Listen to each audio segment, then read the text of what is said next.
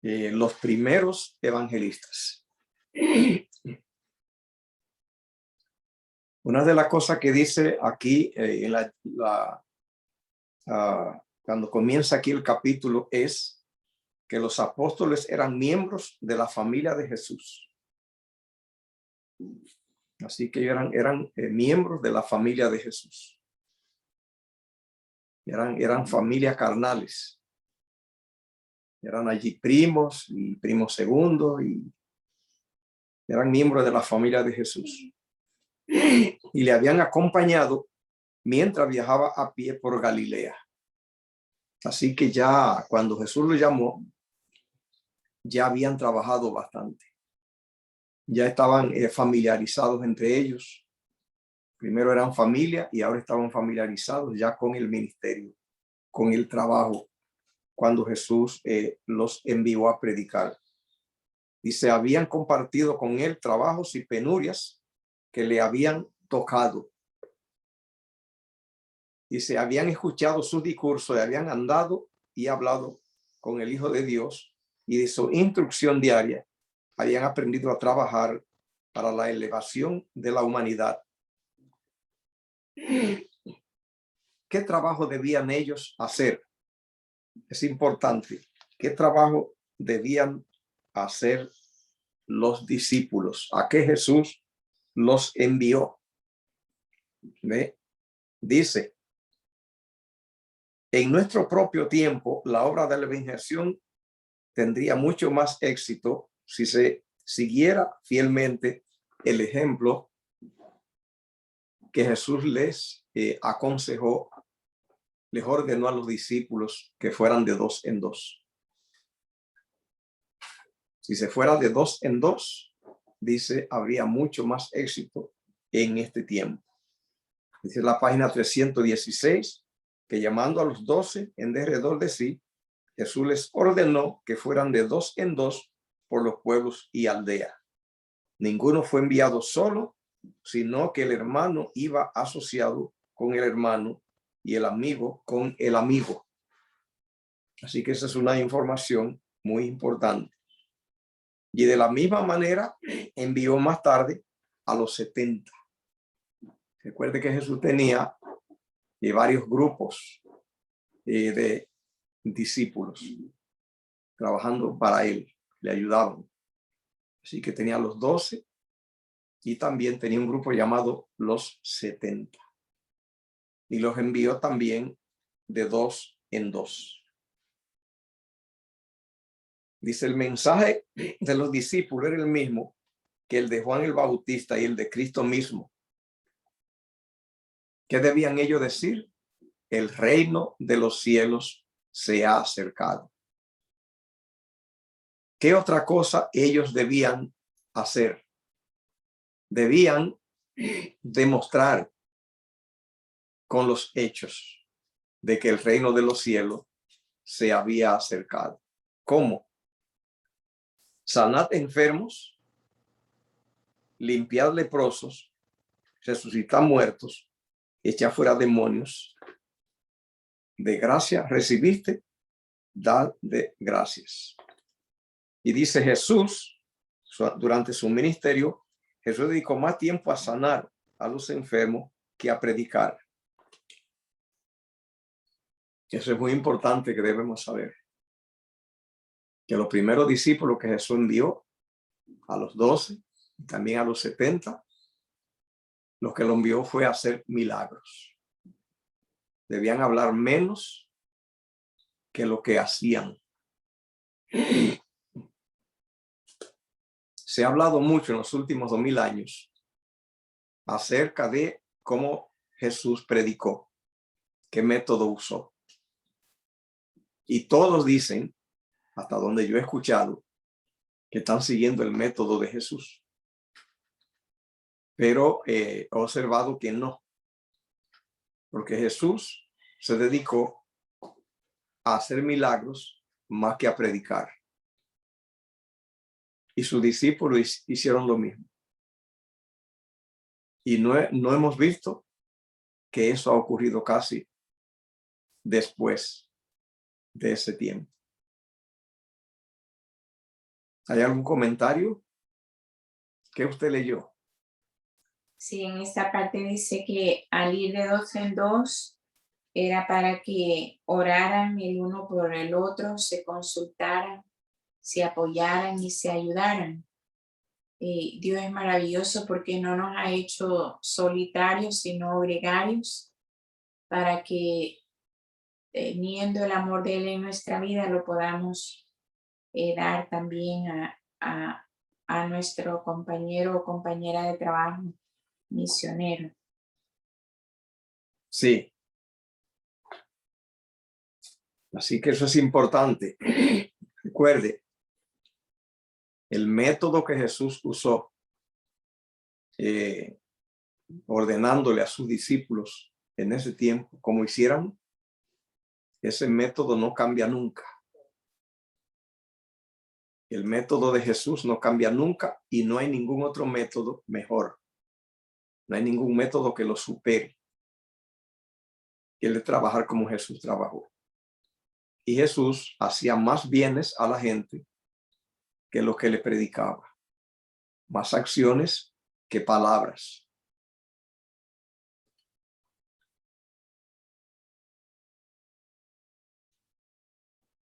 En su trabajo no debían ellos entrar en controversia, en debates, en discusiones con nadie. Ni siquiera la gente que lo provocaba, preguntándole o sugiriéndole con respecto a la identidad de Jesús, su maestro. No debían entrar en controversia, en discusión con nadie. Ellos debían dedicarse solamente a trabajar, solamente a predicar, a salvar almas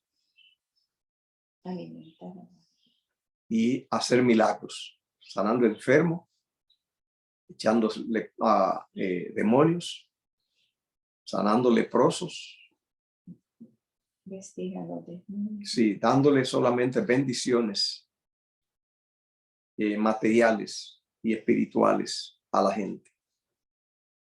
Eso es lo que Dios manda que se haga hoy también.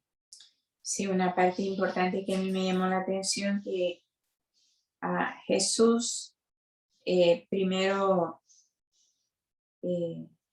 ganaba la simpatía de la gente, o sea, iba a la necesidad interior que la gente tiene por el vacío que ha ocasionado el pecado, y él llenaba eso con su palabra de consuelo, de fortaleza, de ánimo y de ayuda, y que eso se ha perdido bastante, o sea que prácticamente hay mucho trabajo que hacer, queridos hermanos, que el Espíritu Santo nos pueda utilizar para que podamos hacer esa extensión de la consolación y de la fortaleza de Jesús para muchas personas en este tiempo, sobre todo. Sí. Pastor, buenas tardes. Buenas tardes, Ricarda. Sí, mira, a mí me gustó mucho aquí que dice que los discípulos le llevaron las perplejidades a Jesús, ¿verdad? Porque ellos estaban, como quien dice, pues confundidos con lo que les decían los fariseos, y ellos le dijeron a Jesús, ¿verdad? ¿Verdad? Pues como ellos se sentían con las enseñanzas que se les daba, y Jesús les enseñó, ¿verdad? Pues como era, les habló con la verdad, y con eso, pues desde luego que uno se queda más conforme, así como ustedes nos predican a nosotros, pues nos lo explican bien y ya estamos más convencidos, ¿verdad? De que nos están diciendo la verdad, porque, pues como digo yo, antes yo no había aprendido así como ahora estoy aprendiendo.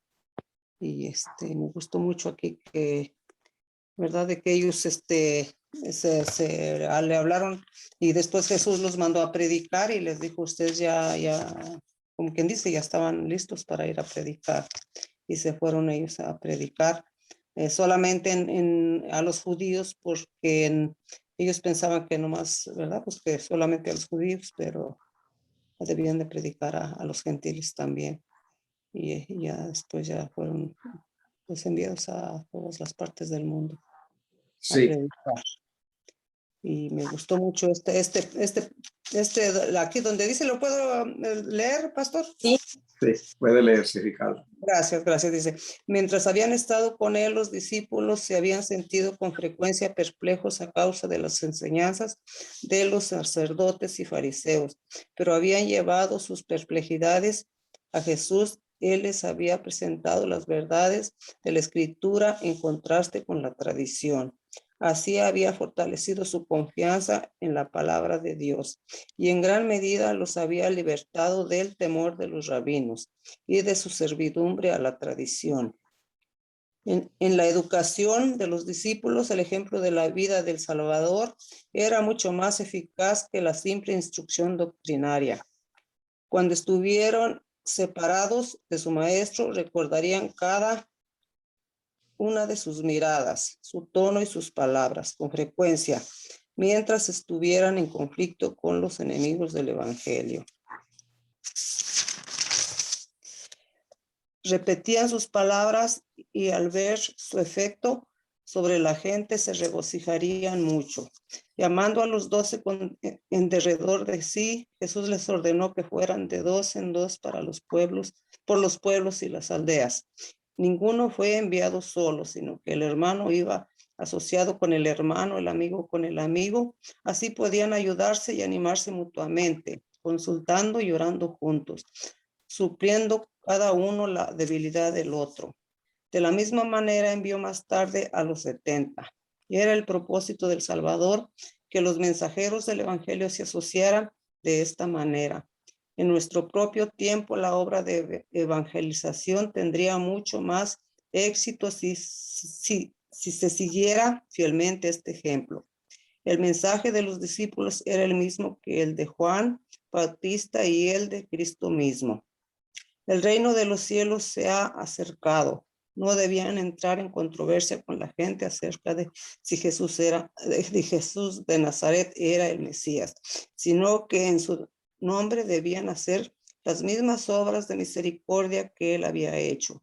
Les ordenó: sanad enfermos, limpiad leprosos, resucitad muertos, echad fuera demonios. De gracia recibisteis, dad de gracia.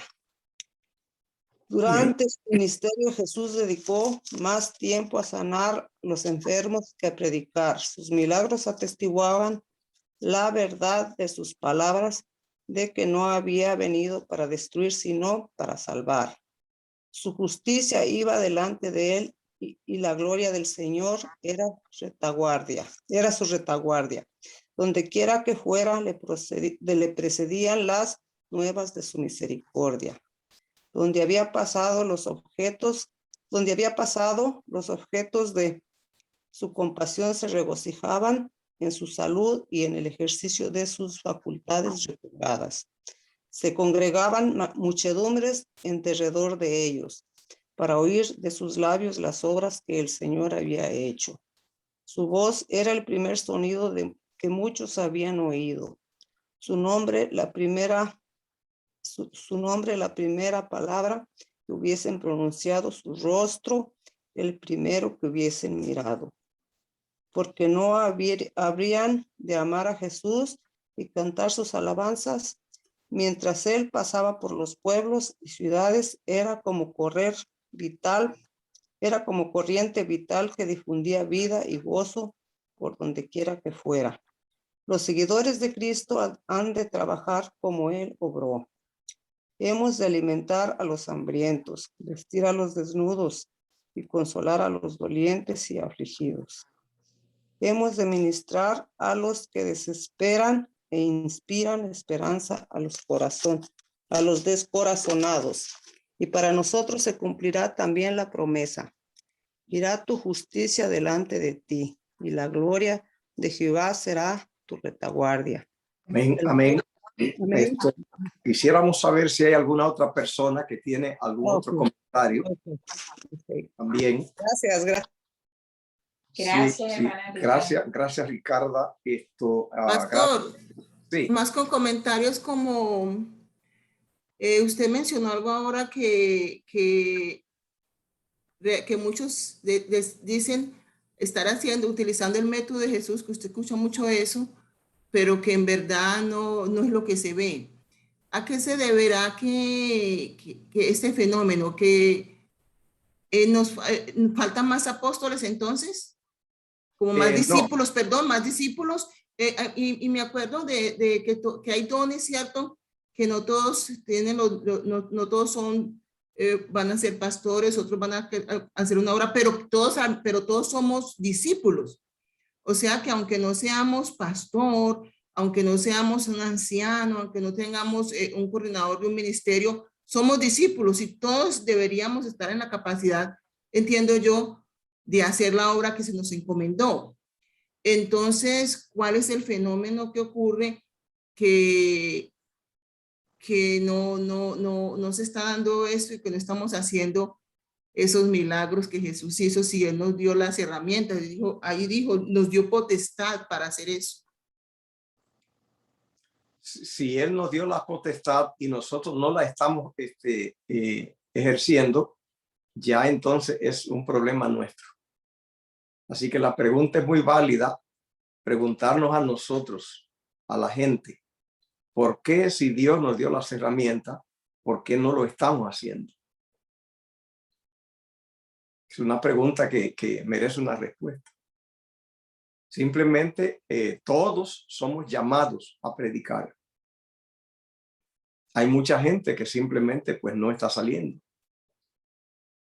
La razón por la cual Jesús no ha venido y por la cual se dilata la venida de Jesús es por eso, porque no hay tanta gente que está saliendo como salieron los 12 y los 70.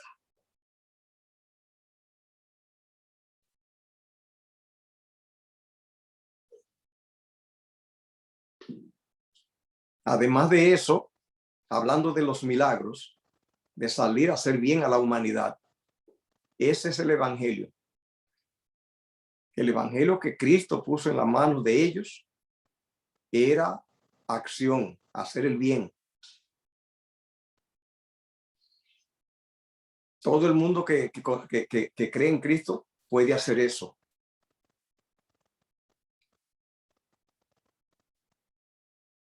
Los adventistas del séptimo día, todos hemos recibido instrucciones para salir por el mundo a hacer el bien, para sanar enfermos, para echar demonios,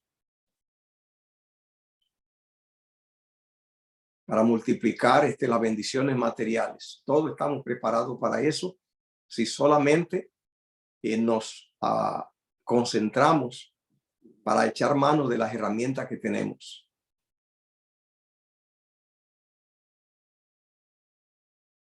Me gustaría ver si hay alguna pregunta acerca de eso.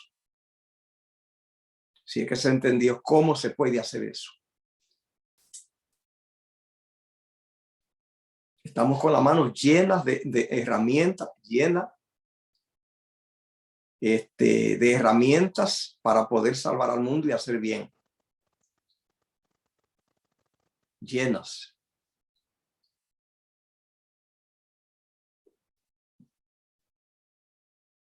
Pastor, pero a veces uno como también como ni en su propia casa o su propio círculo interno hace mucho, como que no sé, como si uno se estanca o no sabe cómo hacerlo, pero parece que no hace nada, parece que uno no hace nada ni en su propia familia, lo digo por mí. Bueno, todo lo que tenemos que entender es que este llamado de Jesús para salir a predicar es hecho a todo creyente. La pregunta que hay que hacerse: ¿por qué no hemos ido? Luego mencionamos qué es lo que a ellos se les ordenó que hicieran. Se les ordenó que fueran a hacer cosas a la gente. No tanto predicarle, no tanto decirle. No era tanto sermones. Ellos tenían, dice, como leímos allí, se le dijo allí: sanad enfermo, limpiar leprosos, resucitar muertos y echar fuera demonios. Eso es lo que se encomendó que hiciera. La pregunta es, ¿podemos nosotros hacerlo? ¿Hay alguien por allí que puede contestar esa pregunta?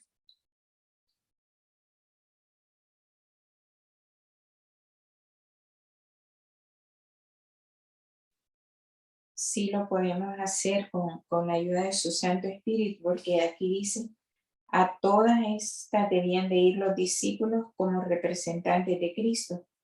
Los creyentes habían de ser inducidos a mirarlo como maestros divinamente designados, y cuando el Salvador les fuese quitado, no quedarían sin instructores. O sea que nosotros somos ahora privilegiados de formar parte del equipo de Jesús. Yo creo que el problema es que nosotros no hemos tomado las herramientas. O sea, no hemos tomado el poder del Espíritu, o no hemos dejado que el Espíritu Santo nos tome para hacer esa obra. Creo que eso es lo que ha pasado y lo que está pasando. Dice la página 317, el amor de Cristo manifestado en un ministerio abnegado será más eficaz para reformar al que yerra que la espada y el tribunal. ¿A qué se llama espada y tribunal?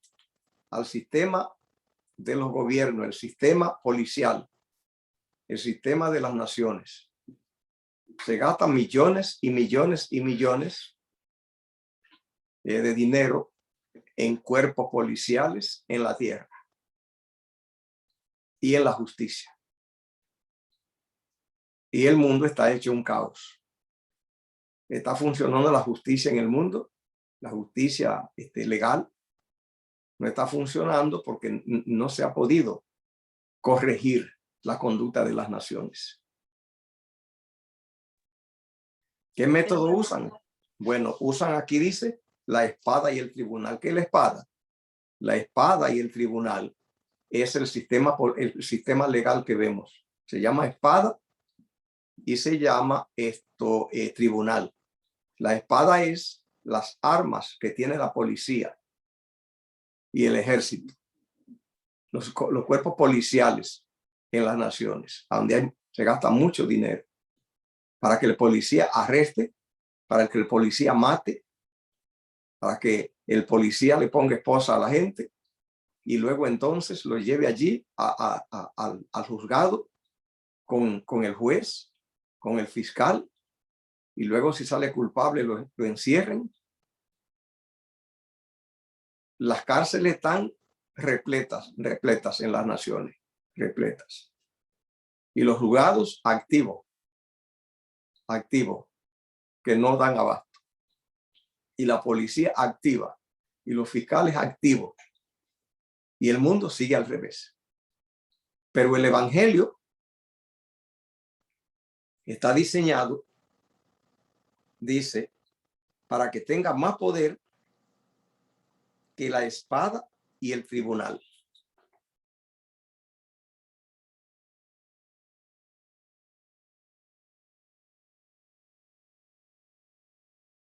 Hablando yo en cierta ocasión con un policía, con un comandante de un cuartel de policía, le decía la obra que hacíamos nosotros.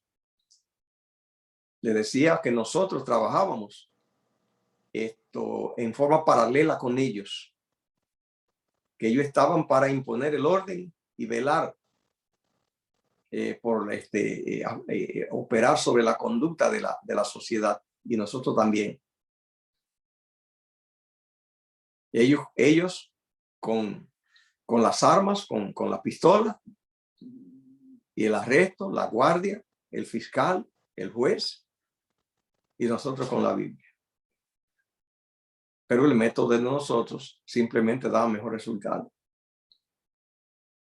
Porque toda gente destruida por las drogas, el vicio, crimen y de todo, al aceptar el evangelio simplemente recibe una reforma, sufre una reforma cabal. Pero los delincuentes, porque le den cárcel porque le den amenazas o esposas. No ocurre ningún cambio en la vida de ellos. Así que eso dice aquí. El amor de Cristo manifestado en un ministerio abnegado será más eficaz para reformar al que yerra que el espada del tribunal. Y estas cosas son necesarias para infundir terror al violador de la ley. Pero el amante misericordioso, el amante misionero, puede hacer más que esto. El misionero puede hacer más para encauzar la conducta de los hombres en la tierra que la espada y el tribunal. No hay ningún sistema policial ni legal que pueda hacer en favor de la conducta humana que lo que puede hacer el evangelio.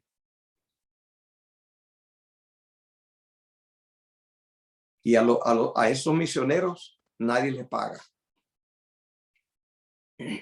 Son voluntarios.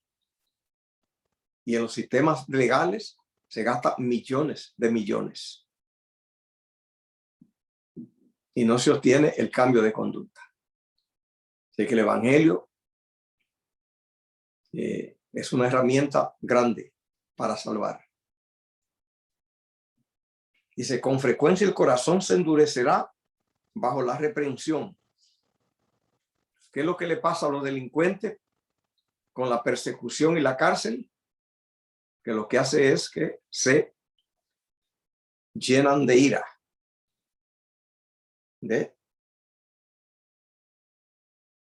Se endurecen, se vuelven violentos y cunde el crimen por todos lados. Pero ¿qué pasa con el evangelio? Dice, con frecuencia el corazón se endurecerá bajo la reprensión, pero se enternecerá bajo el amor de Cristo. El misionero puede no solo aliviar las enfermedades físicas, sino que puede conducir al pecador al gran médico, quien es capaz de limpiar el alma de la lepra del pecado. Por medio de su siervo, Dios quiere que los enfermos, los infortunados, los poseídos de espíritus malos, oigan su voz. Mediante sus agentes humanos, desea ser un consolador cuyo igual el mundo no conoce. El poder del evangelio no tiene límites, operando en bien de la humanidad. La humanidad simplemente no alcanza a entender la profundidad de alcance del poder del evangelio en favor de la misma. ¿Hay algún comentario o pregunta más?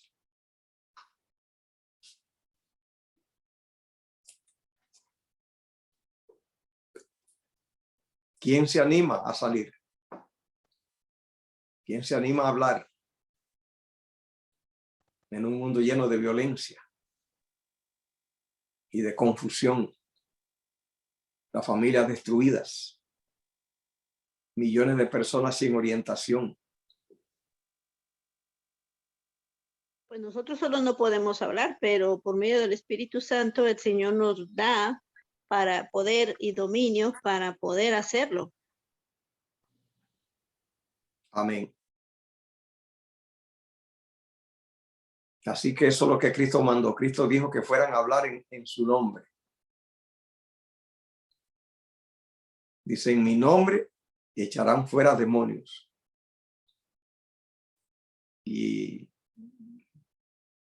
resucitarán muertos, sanarán enfermos. Limpiarán leprosos. Pero eso siempre y cuando uno esté bien afianzado en las cosas del Señor, teniendo una comunión directa con Dios, con el Espíritu Santo, que Él nos revele y que nos dé ese poder, como usted dice, para sanar y ayudar a la gente, ¿no? Pero si Bien, no tenemos una relación con Dios y el Espíritu Santo no está en nosotros, ¿cómo vamos a hacer eso? Es como los discípulos cuando querían sacar un endemoniado. ¿Y qué dijo Satanás? A Jesús los conozco, pero ¿a ustedes quiénes son? Y los correteó y los zarandeó. bien. Pastor, yo creo que a nosotros nos falta es comprometernos con el Señor. Más que Bueno, nada es buscarlo en la madrugada, antes de amanecer, así como el pastor dijo.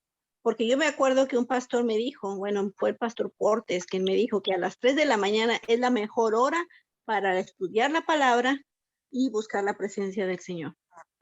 sí, sí. Y a esa hora yo me levanto y a esa hora hay una corriente fresca de paz y de revelación para el que busca. Sí.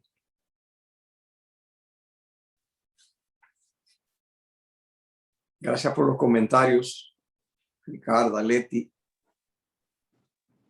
Y Pastor dice que a esta hora la creación se está despertando y ese temprano, ese pragma de la mañana, eso nos ayuda espiritualmente. sí, Ujú. sí, lo que ocurre es que la mente está descansada. Por lo tanto, si buscamos a Dios, cuando hemos llenado la mente ya de mucho corre-corre, de mucho estrés, ya no tiene mucha receptividad. Llenarla de la corriente del amor de Dios cuando está fresca. Entonces, ahora sí, el alma recibe, se llena. Y eso fortalece para tener un día de mucho más éxito y bendiciones espirituales.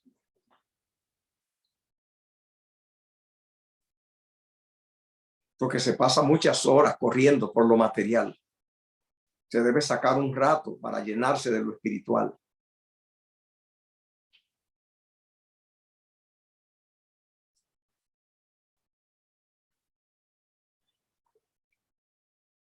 Así que dice que Jesús envió a los discípulos primero a los judíos.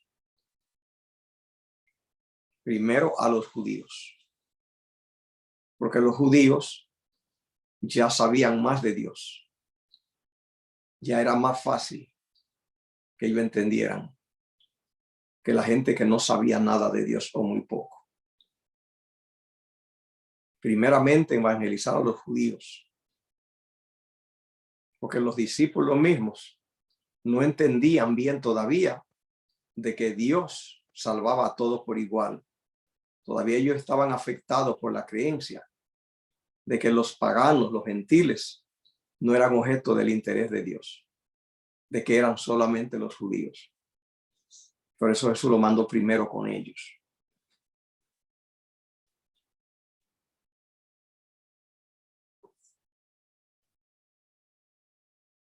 Eso dice página 317. En esta primera gira, los discípulos deben ir solamente a donde Jesús había estado antes y había conquistado amigos.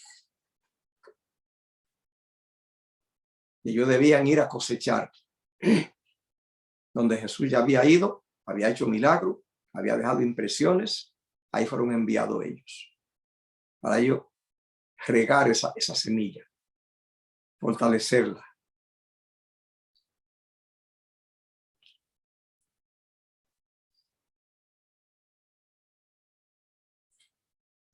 Dice, por todo el campo de la labor de Cristo había almas despertadas que comprendían ahora su necesidad y tenían hambre y sed de la verdad. Había llegado el tiempo en que debía mandarse las nuevas de su amor a esas almas anhelantes. Y todas estas debían ir los discípulos como representantes de Cristo. Los creyentes habían de ser inducidos a mirarlos como maestros divinamente designados. Y cuando el Salvador les fuese quitado, no quedarían sin instructores.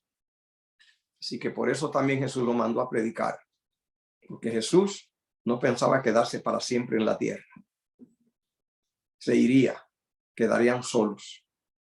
Por lo tanto, había que enviarlo para que ellos se fueran preparando a luchar solos.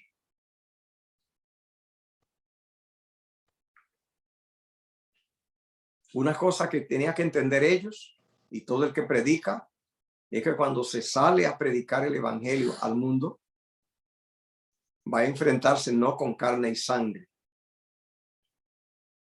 No debe ir con argumentos humanos.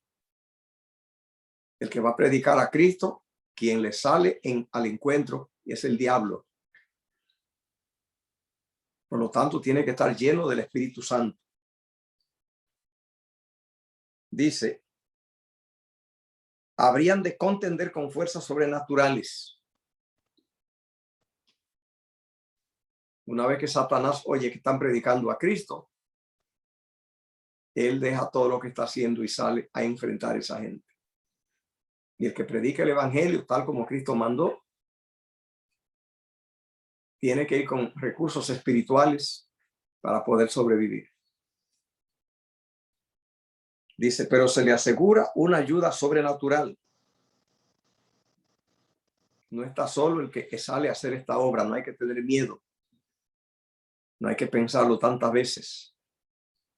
Dice, todos los seres celestiales están en ese ejército que se le ofrece de ayuda al que predica el evangelio. Y hay más que ángeles en la fila. El Espíritu Santo, el representante del capitán de la hueste del Señor, va a dirigir la batalla. No estamos solos, sino que el Espíritu Santo es enviado y ángeles asisten y acompañan. Amén. ¿Algún comentario?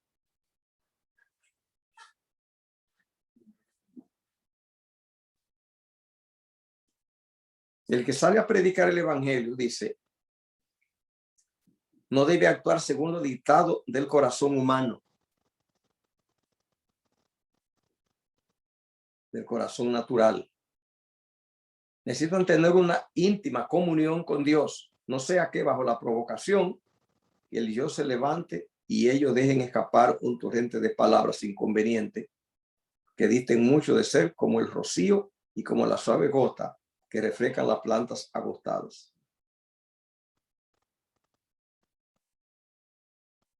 Ir preparado con el Espíritu de Jehová para poder allí revelar el carácter de Cristo. Dice, y el Espíritu que se mantiene amable. Dice, bajo la provocación, hablará más eficazmente en favor de la verdad que cualquier argumento, por enérgico que sea. Eso hay que saberlo, que el que sale a predicar tiene que estar preparado para provocación de Satanás, para descontrolarse. En esa circunstancia, el mantenerse en control, tener dominio propio, va a hablar mucho más que el argumento más potente que presente. Es urgente que hay que orar, pedir la dirección divina. Pastor, ¿cómo se puede desarrollar el dominio propio? Humanamente no se puede. Ni estudiando psicología, ni haciendo ejercicios. Ni practicar la abstinencia de alimentos a todas horas, pues. Solamente con oración, bueno, el ayuno, que Ajá. sea parte de la oración sí es la única que sirve para que el Espíritu pueda dar poder para tener dominio propio. El Espíritu de Jehová es el único que puede. Porque yo he pensado, o sea, he entendido que uno desarrolla el dominio propio no comiendo a horas que no se deben, pues, sino almuerzos y no merendar ni picar a esas ciertas horas que no nos toca comer. ¿Así también se puede desarrollar el dominio propio? La temperancia es importantísima para eso. El desorden de la alimentación, comiendo a horas que no se debe y alimentos que no se debe, va a descontrolar el dominio propio. Sí, Ya, lo descontrola. ya. O sea, tiene que ver también muy importante, ¿verdad? Lo que come, por ejemplo, se dice, leí que el que consume dulce, mucho dulce, simplemente eso le afecta el dominio propio. Ya. Sí. Y la oración. El tener la temperancia y la oración, pidiendo a Dios que Dios te opere, que se manifieste. Eso tiene poder sobre el dominio propio. Okay. Gracias, pastor. Sí.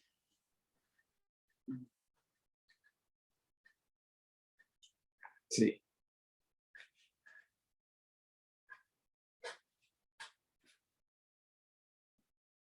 Así que hay que tener dominio propio. Dice allí, los que se ven envueltos en una controversia con los enemigos de la verdad tienen que arrostrar no solo a los hombres, sino a Satanás y sus agentes. Recuerden la palabra del Salvador. He aquí os envío como corderos en medio del lobo. O sea, ellos son lobos y nosotros tenemos que mantenernos como corderos. Confíen en el amor de Dios y su espíritu se conservará sereno a ambos los insultos personales. El Salvador los revestirá con una panoplia divina. Su Espíritu Santo influirá en la mente y el corazón, de manera que la voz no copiará las notas de los aullidos de los lobos. Amén.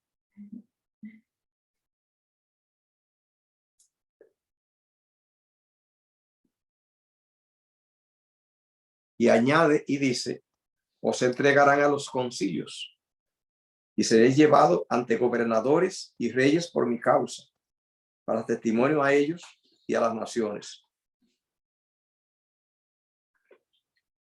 Así que si nos tiramos a predicar, vamos a despertar el espíritu de Satanás, su hostilidad.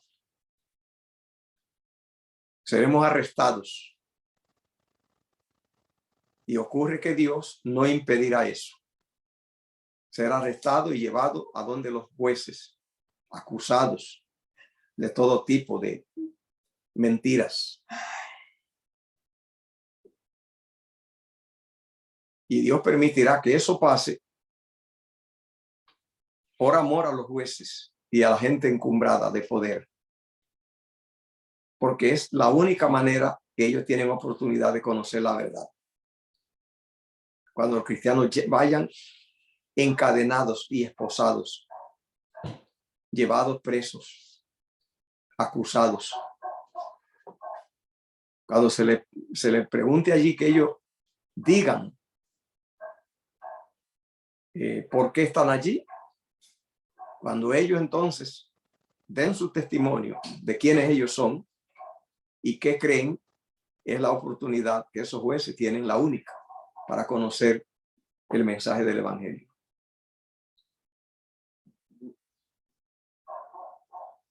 ¿Hay algún comentario?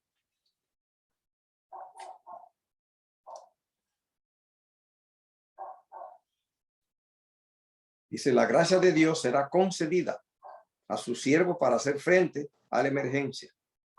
En aquella hora os será dado, dijo Jesús, que habéis de hablar. Porque no sois vosotros los que habláis, sino el Espíritu de vuestro Padre que habla en vosotros. Al iluminar el Espíritu de Dios la mente de su siervo, la verdad será presentada en su poder divino y su alto valor. Los siervos de Cristo no habían de preparar discurso alguno para pronunciarlo cuando fuesen llevados a juicio. No deben prepararse con discurso. Deben hacer su preparación día tras día al atesorar las preciosas verdades de la palabra de Dios y a fortalecer su fe por la oración. Cuando fuesen llevados a juicio, el Espíritu Santo les haría recordar la verdad de que necesitaban.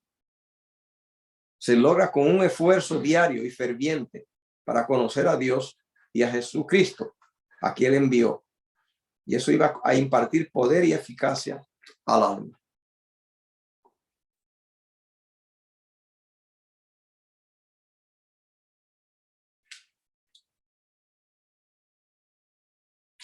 ¿Algún comentario?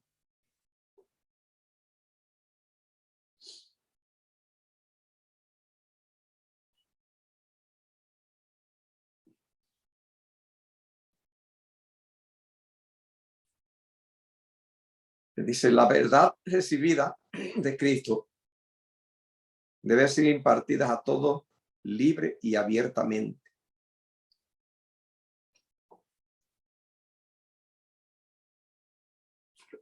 Es objeto de preocupación de parte de Dios que conozcamos la verdad y no se esté impartiendo. Que pertenezcamos a la iglesia y no estemos evangelizando. Que seamos cristianos y no estemos compartiendo. Para Dios, todo el que conoce la Biblia debe ya salir a hablar de ella. Pastor, yo tengo una pregunta. Adelante. Cuando se dice sanar enfermos, ¿está hablando como de consolar o como de sanar el cuerpo? ¿O como sanar el alma o sanar el cuerpo? Ambos. Ambos. Sí, porque cuando se sana el alma, se sana el cuerpo. No, pero pues como están hablando de los leprosos y todo eso, pues ahí va a estar difícil, por eso le pregunto. Sí, los adventistas hemos recibido un material del cual si tú quieres saber más acerca, nos pregunta cómo simplemente se nos ha dado a nosotros Tito. conocimiento e información para sanar todas las enfermedades. Una pregunta indiscreta. ¿Usted alguna vez ha sanado a algún enfermo del cuerpo? Muchísimo, Sí. muchísimo. Okay. Nosotros sabemos, los adventistas se nos ha dado, pero en cantidad, información para nosotros sanar a la gente. Y entonces nosotros, ¿a dónde tenemos que ir para aprender todo eso? Hablen con nosotros, conmigo. Ok. Le voy a hablar un día. Sí, Ok. nosotros Gracias. sabemos cómo es todo eso Gracias. para sanar todas las enfermedades. Pastor, yo pienso que las enfermedades están en la mente. Y el Señor apuntó fue a la mente, ¿no? Sí, pero al cuerpo también.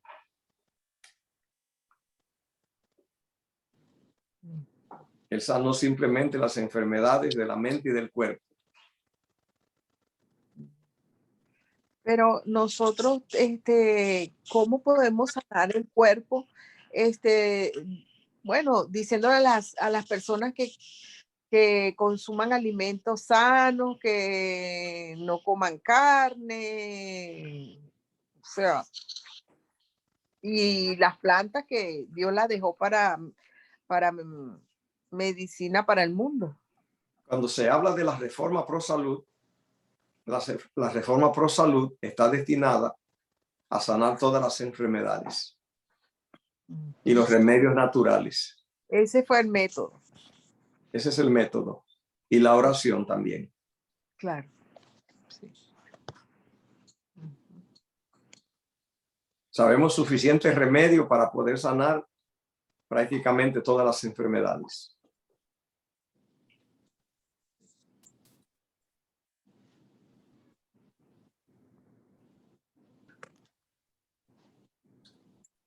Pero entonces sanar así como lo hacía Pedro, Pablo, ¿eso no lo podemos hacer nosotros?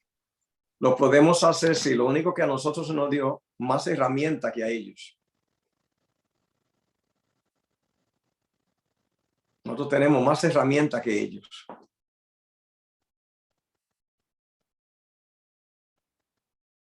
¿Y cuáles son esas herramientas? Llámenos.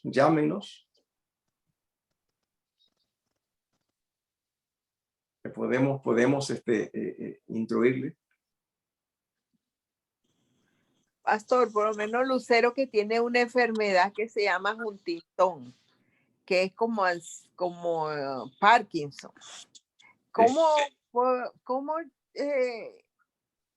O sea, ahorita ella está más tranquila, no tiene tantos movimientos, porque no tiene tanto estrés, pero ¿cómo nosotros le pudiéramos hacer tratamiento para su enfermedad?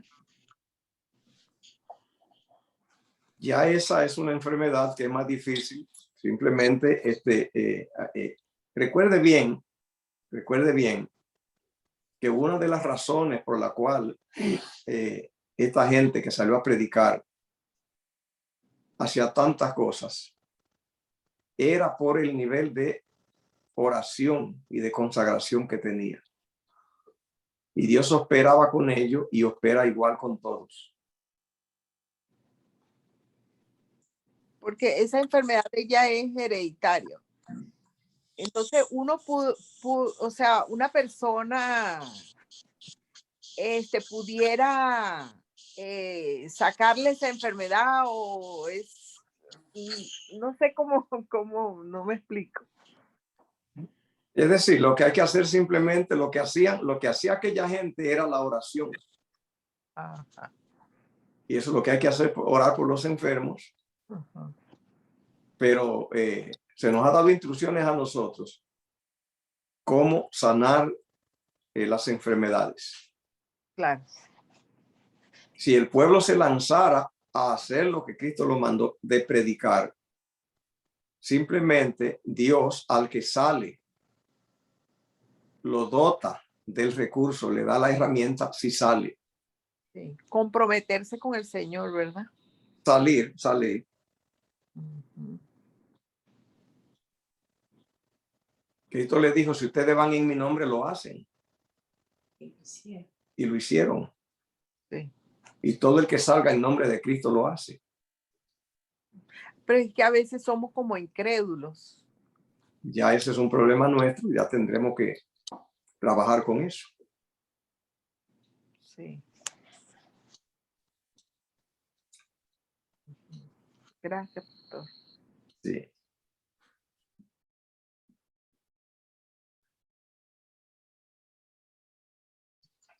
¿Y cómo se manifiesta el poder en nosotros?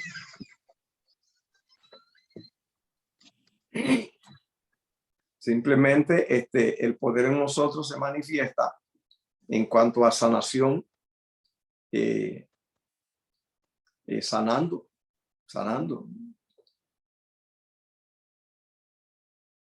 No, sí, pero ¿cómo se manifiesta el poder en nosotros para poder ayudar a otros a que sanen? O sea, sabemos que tenemos No hay poder manifestado para poder ayudarle. Lo que existe es la solución. No hay un poder para que yo sane. Lo que hace es que sana. ¿Ve la diferencia? Es que a veces queremos nosotros, como el militar, dame primero la ametralladora para saber que yo puedo disparar. Dios no obra así. Dios te dice, dispara que yo mato. No es que nos dé poder para que hagamos. Lo que dice dice, sánate en el nombre de Jesús. Y Dios dice, yo me encargo y lo sano. Pero la palabra de Dios dice, yo te daré poder. Sí, el poder ocurre si le digo que se sane y él sale caminando. Ese es. ¿El poder de qué? ¿De la palabra? No, cuando él sale caminando, ese es el poder. Cuando ocurre, ese es el poder.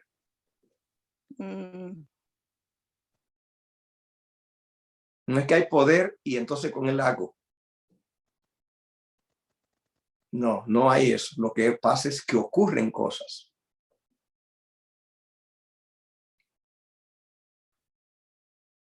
Entonces hay varias circunstancias de la vida, como por ejemplo, hay una persona enferma, puede ser cierto tipo de anomalías congénitas, como en este caso que dice Zulay, pero también puede ser anomalías de falta de perdón, de, no sé, orgullo, odio, resentimiento, todo eso también afecta a una persona que se enferma, ¿no? Sí. Pero que esas enfermedades, las enfermedades, todas son daños reales en el cuerpo. Pero también en la mente. Y todos los daños, casi todos los daños del cuerpo provienen de daños en la mente. Por eso existe lo que se llama enfermedades psicosomáticas. Y es que el cuerpo ha sufrido el efecto de la mente. Casi todas las enfermedades son así. La ciencia lo tiene probado. Por ejemplo, la diabetes es en el cuerpo. Pero la diabetes es un problema de la mente. Los problemas del corazón son en el corazón, son físicos.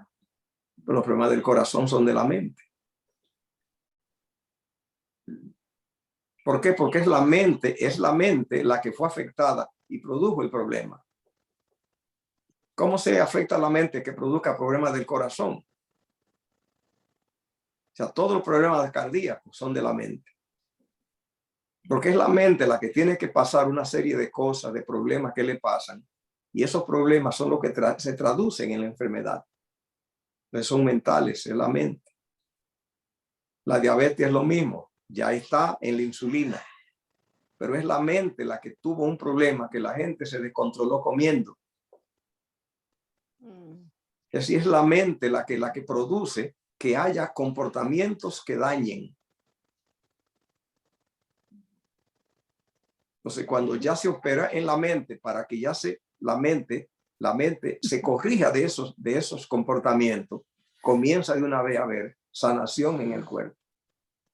Como por ejemplo, mi mamá era diabética, mi abuela era diabética y creo que su papá de ella era diabético. Entonces se pasó de generación a generación. Mi hermana es diabética, mi hermano es diabético, pero mis dos hermanas que faltan y yo, no, bendito sea Dios. Pero yo, porque mis hábitos alimenticios no son de comer así como ellos, pero desde que era niña. Pero ellos sí comían, bueno, Rosy sí, usted conoce a Rosy, la mamá de Carlos. Sí. Ella sí come mucho dulce, mucho pan, pero aún así a ella no le ha dado diabetes. Sí. Y sigue comiendo así. Mi papá comía mucho dulce y todo y no era diabético y podía comer todos los dulces que quisiera y no le afectaba para poder ser diabético. Sí. No sé a qué se debe eso, pero se supone que los genes de los padres pasan a los hijos, ¿no? Sí, el asunto es que las enfermedades, en realidad no son los genes los que dan la enfermedad. Son los Los más genes, sí, los genes lo que hacen es que ellos llevan ya la predisposición. Y si la persona toma un camino diferente a esos genes, contrarresta el efecto de esos genes. Yo puedo traer la predisposición al nerviosismo que me hace comer, y ese comer me va a producir un desbalance de la insulina. Es así que vienen las enfermedades. Si yo me educo de otra manera, entonces esa predisposición ya yo la revierto. Porque la enfermedad no es hereditaria. Ok. La enfermedad sí se trae la predisposición. Porque se puede heredar de la mamá la tendencia a comer dulce. Y la tendencia y la cultura, la costumbre a comer de noche. Oh, yeah. Y eso sí produce la enfermedad. Entonces esa tendencia, si yo la continúo, entonces yo ahora arrastro la enfermedad. Si yo corrijo ese comportamiento, porque la enfermedad no viene por herencia, viene por tendencia. Como por ejemplo, pastor, yo desde niña, desde que recuerdo de niña, ¿verdad? Que se casó mi tía Estela, bueno, que paz descanse, ya se murió. Y desde esas fechas, en las fotos de su boda, yo me salgo siempre comiéndome las uñas. Yo no sé por qué. Y siempre me acuerdo que siempre me como las uñas. Ando de nervios, ando preocupada y siempre me estoy comiendo las uñas. Eso no me he quitado, querido quitar esa manía, pero no he podido. Y a veces de repente digo, no me voy a comer. No me voy a cortar. Bueno, no me las como, me las corto, ¿me entiende? Con la boca. Pero es una sensación como de, ¿cómo se dice? De desesperación o de inquietud o de algo así. Yo sé a qué se debe, eso se sabe a qué se debe. Pero La tendencia del ser humano a ponerse la mano en la cara y a usar mucho la mano en la cara, la psicología sabe que es inseguridad. Tiene que ver con lo que pasó entre el embarazo y los 7 años en la persona, sobre todo. Ahí es que se marca más la conducta. Así que hay que ver es qué ambiente rodeó al niño desde el embarazo, la mamá embarazada, qué depresión, qué estrés tenía, qué inseguridad. Ahí es que a donde más afecta. Y en 1 año, 2, 3, cómo estaba el ambiente de inseguridad, qué insensible eran los padres con los niños, cuánta pobreza había si no podían atenderlo y lo dejaron solo. O la conducta, la cultura realmente que tenemos en muchos lugares, que es de ser demasiado insensible con los niños, un tipo de crianza donde no hay afecto ni ternura. Todas esas cosas producen un efecto. Y entonces le dan inseguridad al niño. Y por eso se le dice a la persona, a los políticos, la persona que habla por televisión, que habla en público, se le instruye que no se toque la cara. A mí me instruyeron eso, yo lo aprendí e instruyo a las personas. Porque cuando usted ve a un presidente, a un político dando un discurso, si se toca la cara, se va a afectar su credibilidad. Tiene que ser una emergencia de que, bueno, un pájaro le va a picar o camina donde hay hojas y de todo y se está librando. Pero si no, no debe tocarse la cara porque le va a afectar su personalidad. Porque bueno, pero en este caso yo no me toco la cara, solamente me estoy comiendo las uñas, o sea, quitando. Eso es, el llevarse, eso es cara. Cara es todo esto de aquí para arriba, se llama cara. No se debe la gente estar poniéndola delante de la gente acá arriba, no debe la mano estar operando arriba, sino que la cara no debe estar siendo afectada porque eso le afecta su personalidad. Comerse las uñas es parte de lo mismo, es cubriéndose, es inseguridad. Igual que el niño que chupa dedos. Ay, perdón.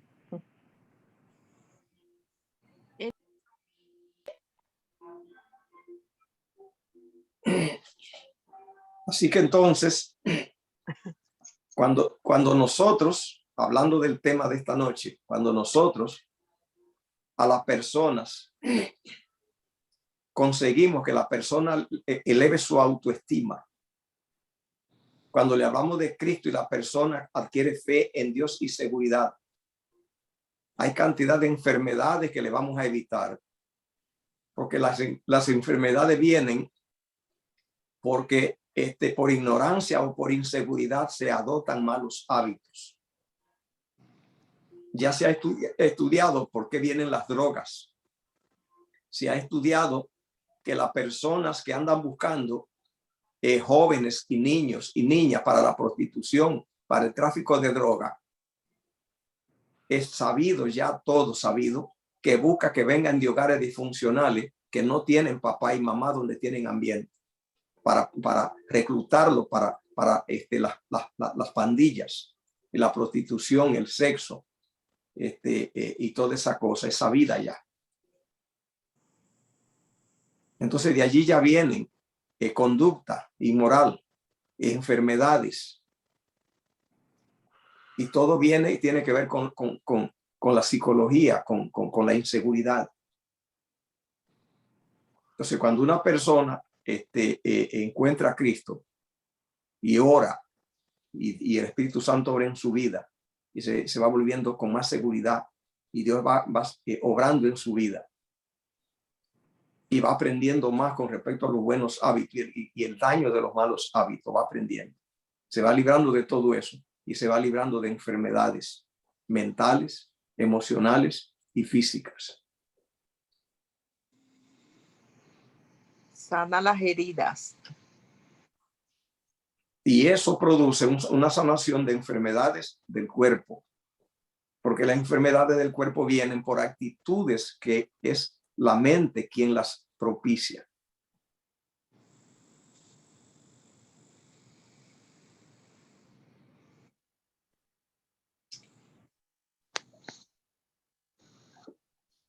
Además del conocimiento que ya el pueblo de Dios tiene con respecto a las leyes naturales, que ya cuando las aprende y las aplica, simplemente se libra de cantidad de enfermedades. Y cuando instruye al pueblo, a la gente en esas leyes, se libran de cantidad de enfermedades. Y ya todo eso es curación, todo eso es sanación. El Pastor, mundo, perdón. adelante. O sea que el lucero se puede curar si ella cambia su alimentación, ¿verdad? Habría que estudiar mucho acerca de la situación. El asunto que ocurre es de que lamentablemente, te da pena, pero la humanidad valora poco, demasiado poco, las leyes buenas.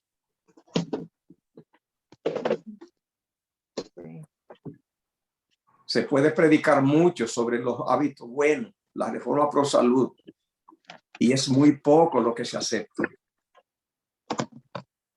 Sí. Y que los hábitos son muy pervertidos. Por lo menos ella tiene muchos hábitos de comer carnes, salchicha, embutido y bueno, y eso le va a degradar más la salud. Así que el tema nuestro esta noche es cómo Cristo envió a predicar y que lo mandó para que dieran pocos discursos, sino que hicieran mucho trabajo físico, no teórico mucho, práctico, o sea, ayudando a la gente. Y nosotros tenemos más conocimiento que ellos hoy, porque el mal, el sufrimiento viene por ignorancia, porque desconocer métodos, principios, maneras y leyes.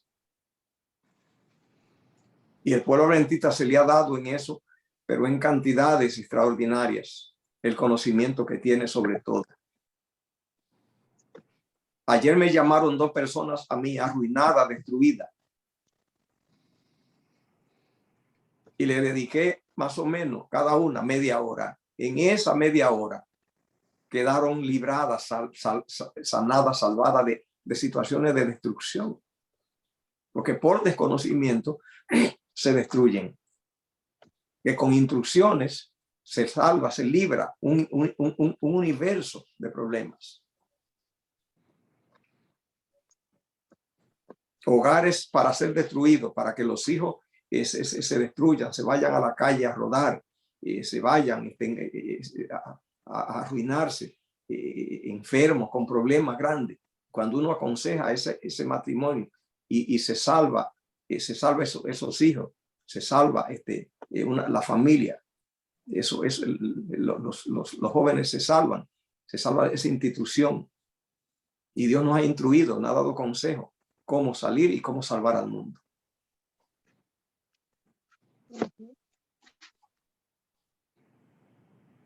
Amén. Bien. Ha pasado el tiempo, vamos a tener una oración. Gracias, pastor. Para que Dios pueda seguirnos bendiciendo. Padre que moras en los cielos, grande es tu misericordia, gracias por tu cuidado. Nos ponemos en tus manos, envía tu espíritu, ilumínanos, guíanos, cuídanos. Danos un sueño reparador en esta noche. Y bendición a todos los que han participado de esta cadena en el nombre de Jesús. Amén. Amén. Amén, pastor. Bendecida noche.